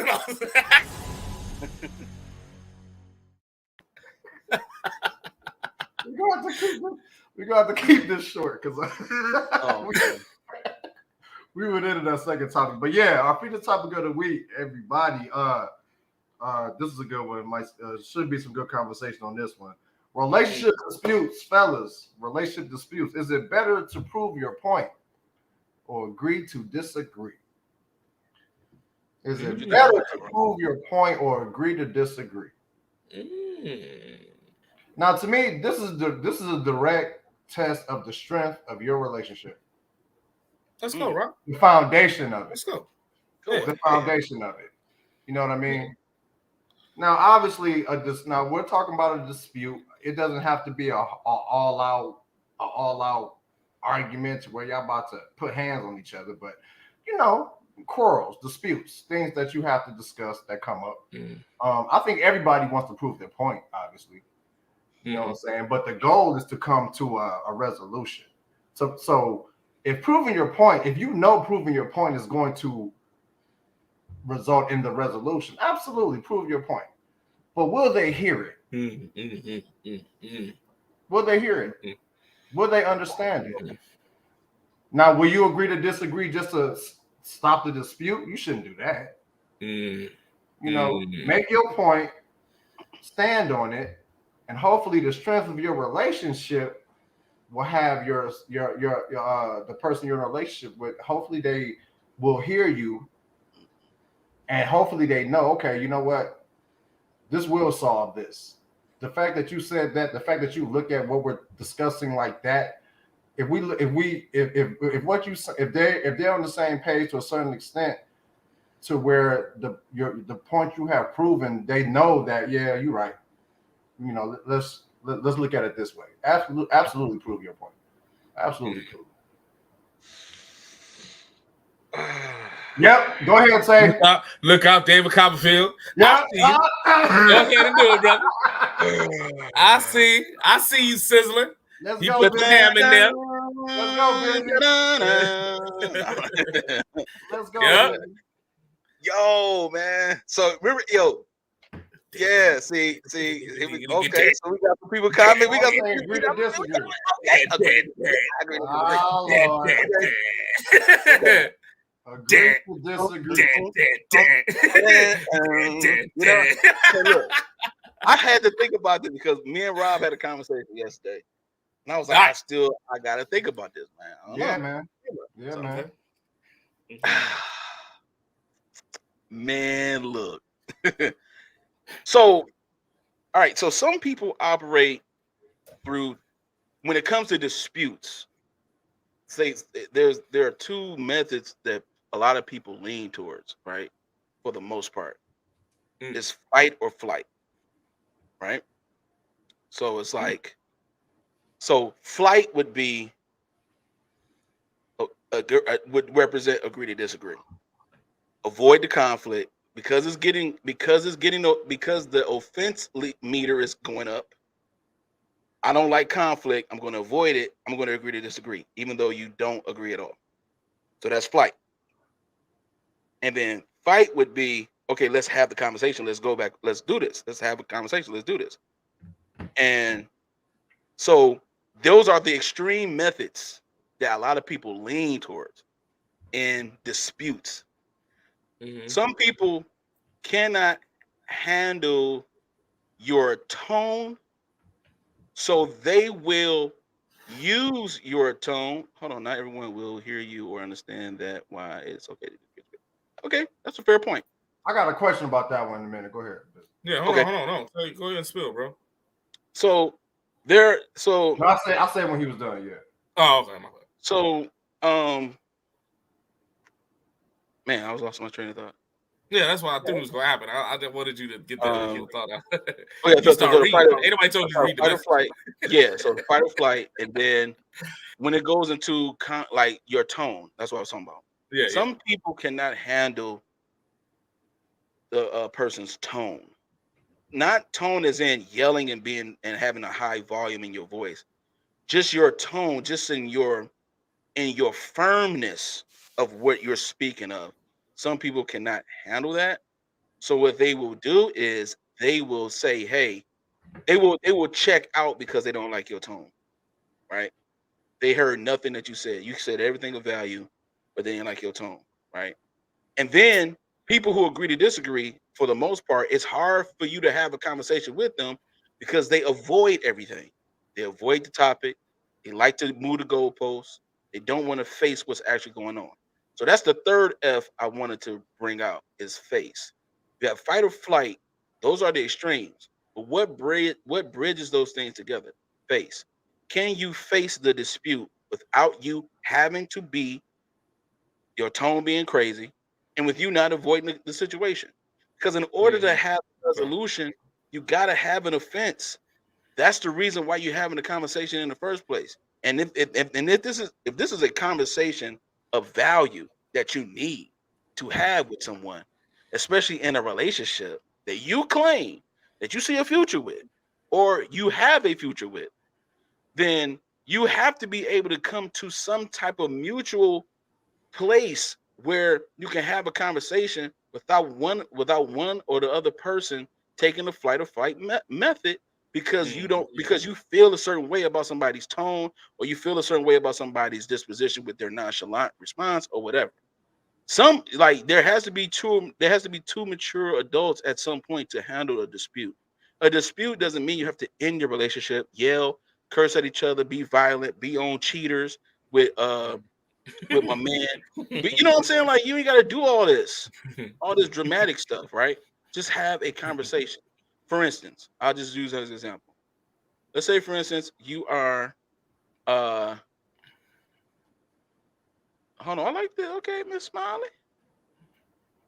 You said not true. You can't listen and understand each other. Yes, you can. I agree with that. You can. If you are mature enough to do that, absolutely. Because there are some that are not mature enough. They will lean on like, oh, I don't like the way you talking to me. So and you could just be saying it regular. You could just be talking the way you talk. And it's like it's gonna be a problem. And it's like, why? You know what I'm saying? Like we're in a relationship. You don't know how I talk. We've been in a relationship for how many years or whatever. You don't know how I talk. I know how you Yeah, talk. that was my point. Yeah. You know what I'm saying? It's like, so when are you going to actually have the conversation, right? Now, proving a point can be you can handle that in so many different ways. Some people prove a point, some people prove a point to be right, and some people are proving a point because they're actually they're on the topic of the conversation that they're having. And they're trying to say how something doesn't work. For an example, a lot of times, and for the most part, in a lot of relationships that break up, or I would say divorces or whatever, it's because of money. That's what they normally say. People break up for money. Let's just use that for context. Let's just use that as a thing. Okay. Wouldn't it be okay if it's about money? If one person is strong in that aspect than the other, wouldn't it be good for both parties to be able to sit down and talk about each other's finances together, right? But because if you're trying to prove a point to be right about something and you're not listening to your spouse or your significant other, then you start looking foolish because you just won't listen.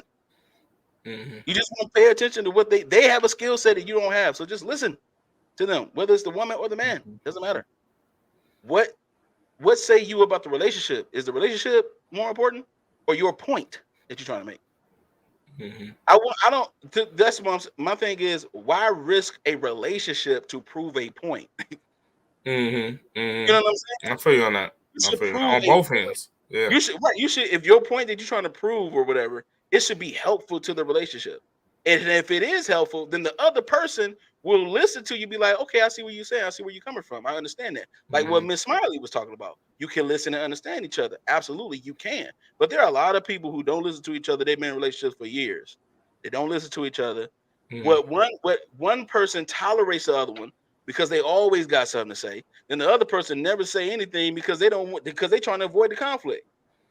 So where do you meet in the middle? There has to be a mutual respect for each other to be able to have a conversation to hear each other out. So that way you can get the outcome that you want.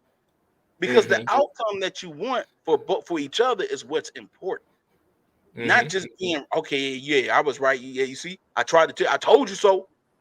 Everybody love to hit you with the "I told you so" gig, man. It's like, yo, like where we at? Where we at? It's elementary school?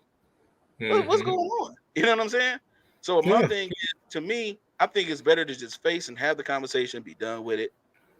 Avoiding and fighting is gonna go back and forth. If you meet each other in the middle, I think it should be good. You should get the outcome. Like I say, it's the ultimate strength of the foundation of your relationship. You know what I'm saying? Like like Busy said, is are you if I prove this point, will we be able to move past it and keep it moving, or is that going to be the be all the end all? Like what is our relationship based on if you can't be wrong once, twice, three times? What type of foundation have we set for each other? You know how I was before we got it. Well, you should have known how I was before I got here, before we got into this, relationship. You know what I mean? It can't be every time I prove my point, you get so upset that you just ready to end it all, or you have these thoughts of, man, maybe I really can't rock with this person. And then if my points are right most of the time, and you wrong, and that's on both ends. You know what I mean? Like, come on, man. Do we know each other or not? Where you at, Jay? Man, I got a lot to say. I'm about to go first off, man, I'm not arguing with anybody. I'm gonna start off like that for a reason. Not arguing with anybody, dog. I don't go back and forth. Reason is because I want myself and my partner to be more logical than emotional on any aspect that we do. This is why vetting is important. I want my partner to be more logical than emotional on everything that we do, right? There is going to be emotional because we're human. It's going to happen. But I need you to put aside your emotions for a moment to get to the truth. Now, because the person that I'm in a relationship, I respect you as my partner, but I also respect the truth. And I coincide both of them. If you can do the same thing with me, then we'll have no problems at all. So let's say, for instance, we get into an argument, right? Let's get a debate. Because like I said, I don't argue with people. I'm not going back and forth. I'm just not doing that. I think people that argue is putting their emotions front-ended, you know what I'm saying, and don't put a room for logic. You know what I'm saying? They just do it front-ended. Well, because I like this, and you see, this is the reason why. See, you going back and forth like that, all this open close hand stuff, all that stuff. Are we doing all this? No, you just want to be right. You think your opinions are validated, are off the top. You know what I'm saying? You don't even really care about the truth or the situation. You just want to be right. See, I'm not that type. I have way more love of the truth first. I ain't got nothing to do with you. That's first. And then I have respect for you. You know what I'm saying? Because you might not even understand the truth because maybe you're a little bit more emotional than me about the situation. But I'm going to deliver the truth to you. Now, the agree to the disagree part, I got something to say on that. There's two ways that can go, especially just for the guys in. Well, no, not let me say that. That's just two ways that can go. The agree to disagree, you could be that person to be like, all right, whatever, it is what it is. That's the one Tay was talking about. That, all right, whatever it is what it is. That's not literally agreeing to disagree. Agreeing to disagree to me is if I'll be like, I'm saying my thing and you saying your thing, but we didn't come to an agreement, but we have enough respect for each other to be like, you know what? We're not meeting at this point. But look, you know what I'm saying? I don't want to argue with you. What is? Because if you can find the truth in the situation, you can find the resolution to the problem. Let me say that again. If you can find the truth in the situation, you can find the resolution. The truth of the matter is, maybe she shouldn't have did this. The truth of the matter is, I got mad at the reason that she should have known that. So, am I going to argue with her that she should have known that the whole night? No, I'm just going to say that you should have known that. That's just the end of that. Now, she might be like, I hate the way you're talking to me. So what? What is the truth of the scenario? Once you find the truth, you find the resolution. That's just the end of it. You know what I'm saying? So I'm not agreeing. And then I said the one part of agree and disagree.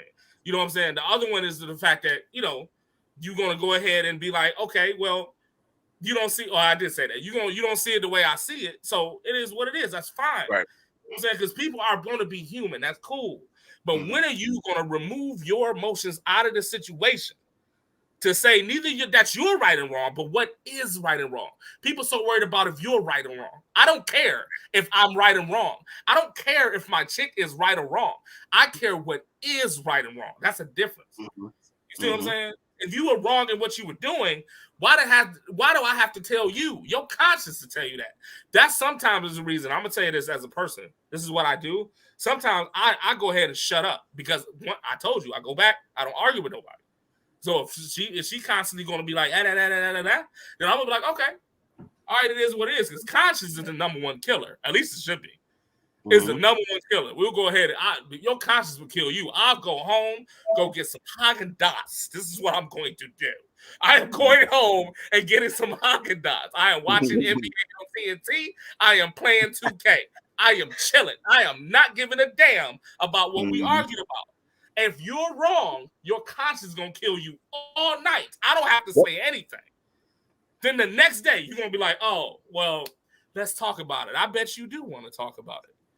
It'll go the same way for me. If I put my emotions in front and not the logic, I'm going to be like, damn, maybe I did myself that conversation. Let me call her back. You know what I'm saying? Like, it goes that way. So I respect the truth first. That's why I vet the women I date. If the women I date don't have a love for the truth in dating, bro. In dating, if they don't have the love for the truth in dating, I'm talking about asking questions about society and morals of life and family values. If you ain't got the love for the truth, then why am I dating you? Why am I getting to the point that I'm arguing with you about simplicity crap? I'm not getting there. So I'm betting you up front. That's going to take some minute. So if you with me now, then when we argue, we're going to be like, hey, I respect this guy not enough to raise my voice that high like he don't mean nothing. And I'm going to do the same thing to old girl. And we just going to come to a resolution. And that's just going to be it. And we find a resolution based on the truth. That's all it is. Like, people are not fans of the truth. People want to be right despite the way they feel. Because remember, we live in an I feel society. I feel like I'm right. Does that mean you're right? No, it does not. So it is what it is. And you got to come correct. You got to come correct either way, bro. You know what I mean? Right. Is there ever any instances where the truth is not always clear though? Depending on, you know what I'm saying? Like if there's something that y'all are going through and neither one of you really are clear on like the resolution you're looking for, or if the truth isn't clear. You know what I'm saying? Yeah, Like, yes. so in that situation, where like which one is best? First off, have respect for your partner. That's the first thing. Like I said, first thing, have respect for your partner. Stop that whole argument.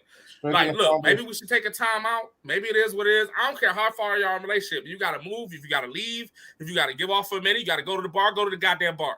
Do what you need to do. Kill that shit for a minute, because you have respect for enough to delay with this person and be in this person in your life. You should have respect to stop arguing. So stop arguing. Just stop it. You know what I'm saying? Just hit it. Just leave it alone. I don't care if she don't hear you. That's just stop it. That's your respect and love for the person. Then on top of that, you know what I'm saying? You saying that it's not clear, that's cool. The only reason why it's not clear, Rob, is because your emotions are attached to it. Somebody want to be right. Think about it. Somebody want to be right. That's the only way it's not clear. Right, that's it. That's exactly why we find out what is clear, then we argue with that. I'm just saying, like, if you really like, that's what I'm saying. When you put the ruler to the pen, nobody can argue about that. When you put a ruler to a pen, nobody's arguing about the length. So the truth sits on its own. You can feel how you want to feel about the truth, but it's the end of it. That's just it. You know what I'm saying? You can feel soggy if you want to. You can feel like a wet French fry if you want to. That doesn't change the truth. That's the only reason why it won't be clear, because you're so into the, to the debate. You probably upset that she ain't feeling the way you feeling. We all human, bro. It happens. But where do you draw the logic line of it? Where do you draw it? If she can't do it for some odd reason, she should have been able to do it while you're dating. That's a whole nother explanation. That's your fault. If she can see logic while you were dating her, why are you with her? See, that's a whole nother thing. But if she maybe the fact if you don't see she don't see the logic in the beginning of it, and you know she's a good woman, but she just kind of like, just emotional, or it might be you. Stop off the respect for the person. Stop. Just chill. You know what I'm saying? Come back to it later. This might have to go on for a minute. Have the respect for a person. Like, hey, you still mad at me? Come on, man. We can get over this. Let's talk about it again. Come bring it back down. That's the respect for the person. Then if we respect each other, we can find the truth. Sometimes you got to reverse it. That's all I'm saying, dog. The fundamentals do not change, bro. They just don't. I don't care how fine you are. I don't care how much money you make. I don't care. I don't care if you're married for 12 years. I don't care how deserving this chick thinks she is about a good man. If you're wrong, you're wrong. If you're right, you're right. And if y'all two together, y'all should have some respect for each other to find out what was. This is it, man. And it's not worth breaking up. Right. Not worth it. Man, dog, you're right, Tay. My parents was together since my dad died. My parents was together for 50 plus years. They argue all the time.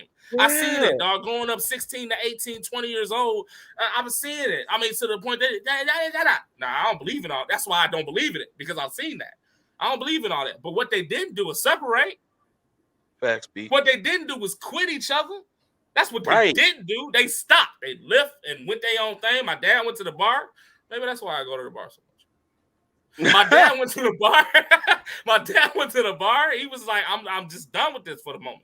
And he come back to his wife, and they're going to talk it out. Even if they don't talk it off, they're going to put it on the shelf, and we're going to continue this household living. That's what they did. Right. And that's because they were, that's what I'm talking about. The face part is what Jay is talking about. Yeah. We like to fight or flight everything because we want to be right, and then we don't want to. But then we have in the same breath, some people don't want to face anything. They want to avoid conflict. And the way that Jay described the way I was saying, like, okay, whatever. Okay, cool, yeah, whatever. And it's like that kind of attitude is like, okay, that doesn't resolve anything on the actual issue at hand. Dispute is the word that I'm looking at. A dispute. A dispute does not have to be disrespectful. It doesn't have to be disrespectful. You know what I'm saying? A dispute could just be a dispute, a mutual dispute. Listen, everybody know I know B, right? Me and B. Hey, shout out to you, B. All right. Me and B done had a dispute on the phone before with a certain topic. We didn't disrespect each other. Right. You know what I'm saying? Like, B is still B. Like, I could call America right now and be like, what up, B? How you doing? Boom. It ain't, we friends like our friendship is like that. So it's like the dispute wasn't like, oh my, it wasn't none of that. You know what I'm saying? It's like it's just a conversation. We have passion, so we talk passionately. Like Jay, you just talk passionately, bro. I'm gonna tell you something right now. The way you just talked, you offended somebody. I know I did. Right. It's just gonna happen. You can say it, you can cook it and cut it and slice it however they want it. They gonna get offended because some people just sensitive like that. Yeah, it's like no matter how I say something, you just gonna be offended anyway. And that's the I thing. ain't dating them women, bro. Yeah, when you in a relationship, right? And when you in a relationship, like Jay said, his parents was married for 54 years. When you in a relationship like that, you know how many times your mom and dad offended each other? Yeah, man, they probably went through some stuff that you and none of your siblings know about. That was their relationship, but guess what? They kept it together, and the love outweighed the offense. Yeah. You see what I'm saying? So it's like the love got to be the foundation. If you got love in the foundation of your relationship, that means you have respect, you have mercy, you have grace, you have all these things, mutual love and respect. You have all that for this person that you're with. So it makes if you have all those things, then when you have a conversation about a dispute about anything, it could be about the finances at the crib. It could be about the fact that, hey, I want to spend a little bit more time with you, like whatever it is, man.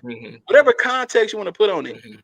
If there's a way to do it mutually, like what Miss Smiley said, you can do it in a way that you can listen and understand each other and be done. Right. Now, if we had a dispute, it got a little heated, we good, everything is straight now. At the end of the day, we're moving on. If you gonna bring it back up to me tomorrow, I'm like Jay, I'm gonna be checking out. I'm gonna check out. I'm gonna be like, okay, we already discussed this. We resolved this. If it's resolved, then why open it back up again? It's done. Right. You know what I'm saying? So like, and like some people use future disputes.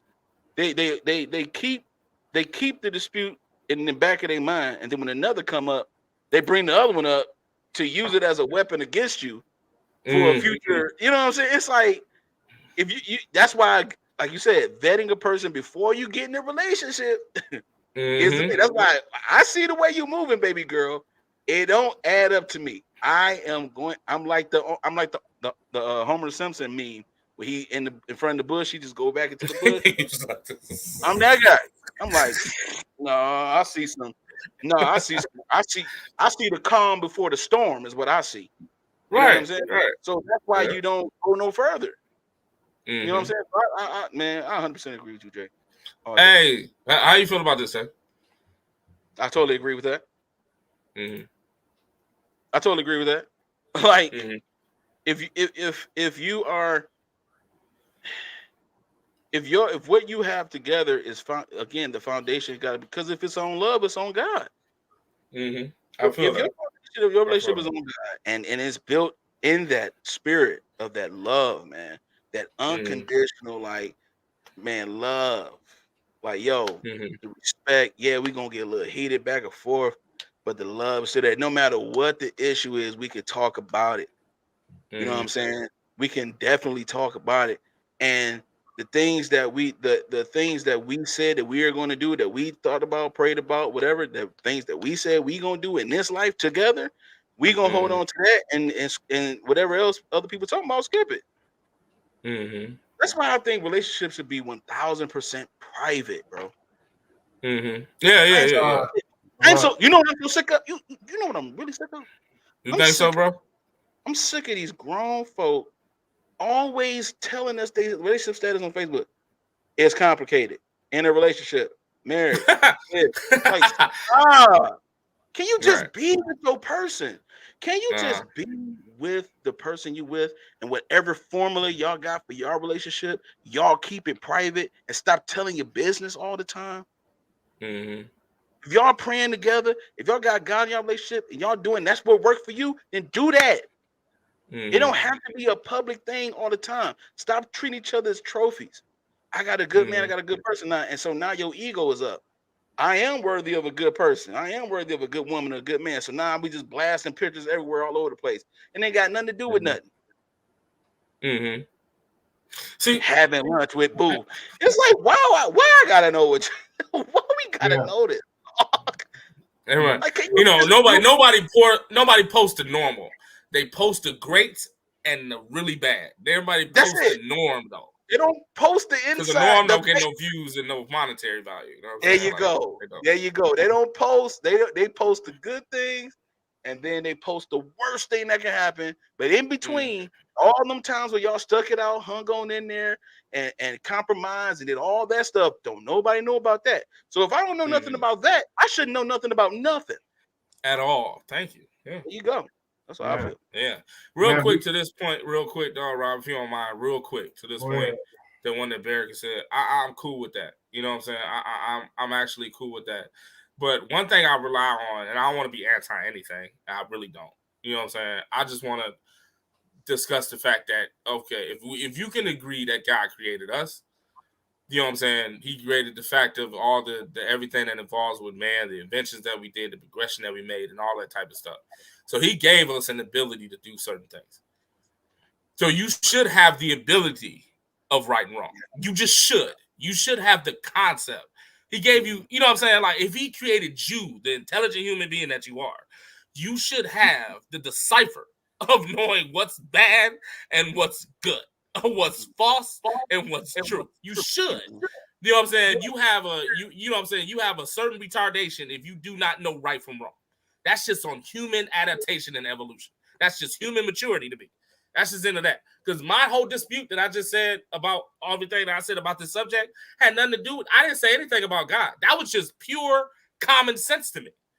That's just pure that. I'm not even putting this on that. You know what I mean?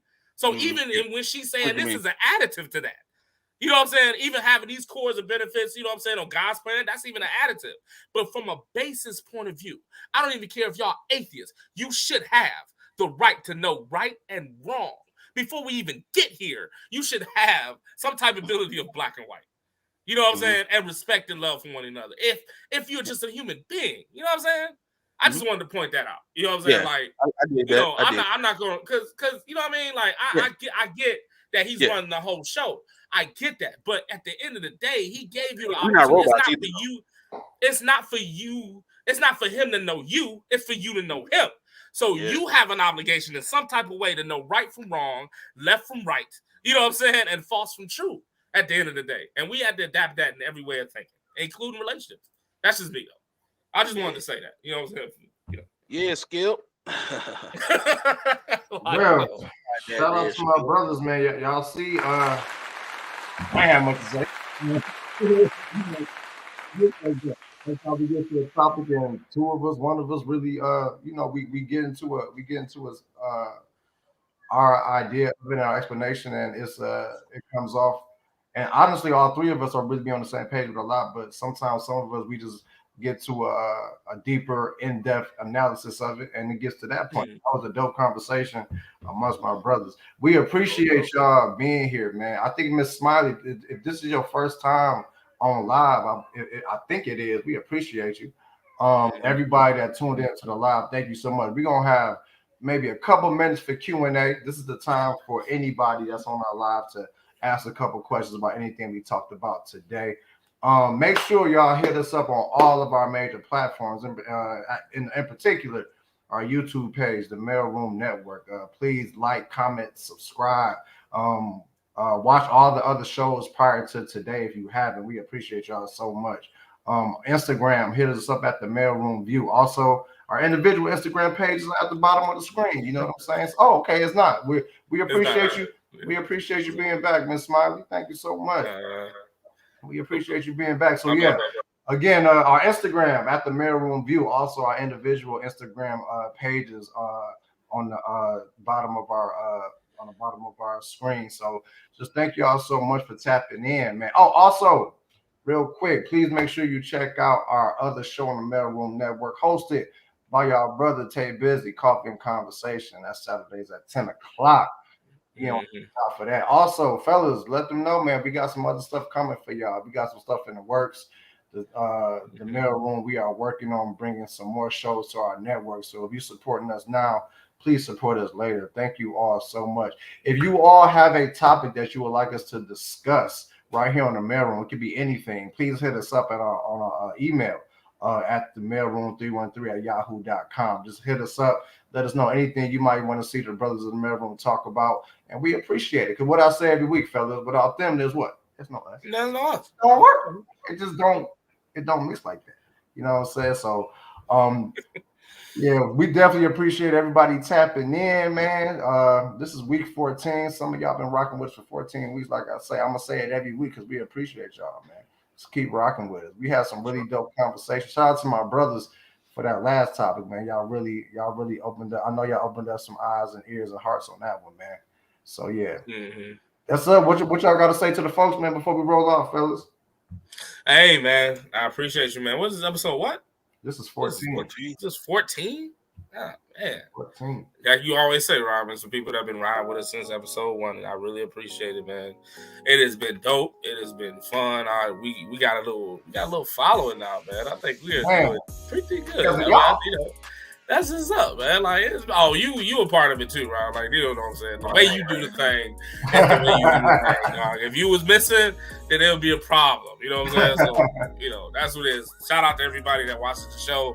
Hey, we got some things coming together. Like, you know what I'm saying? Like, hey, you seen that last subject that we can go for a minute? Stay tuned a little bit, man. We got something to work for you. Oh yeah. Oh, we got some things popping. Yeah. No, we love and appreciate y'all. So my biz, you want to say something before we roll out, my guy?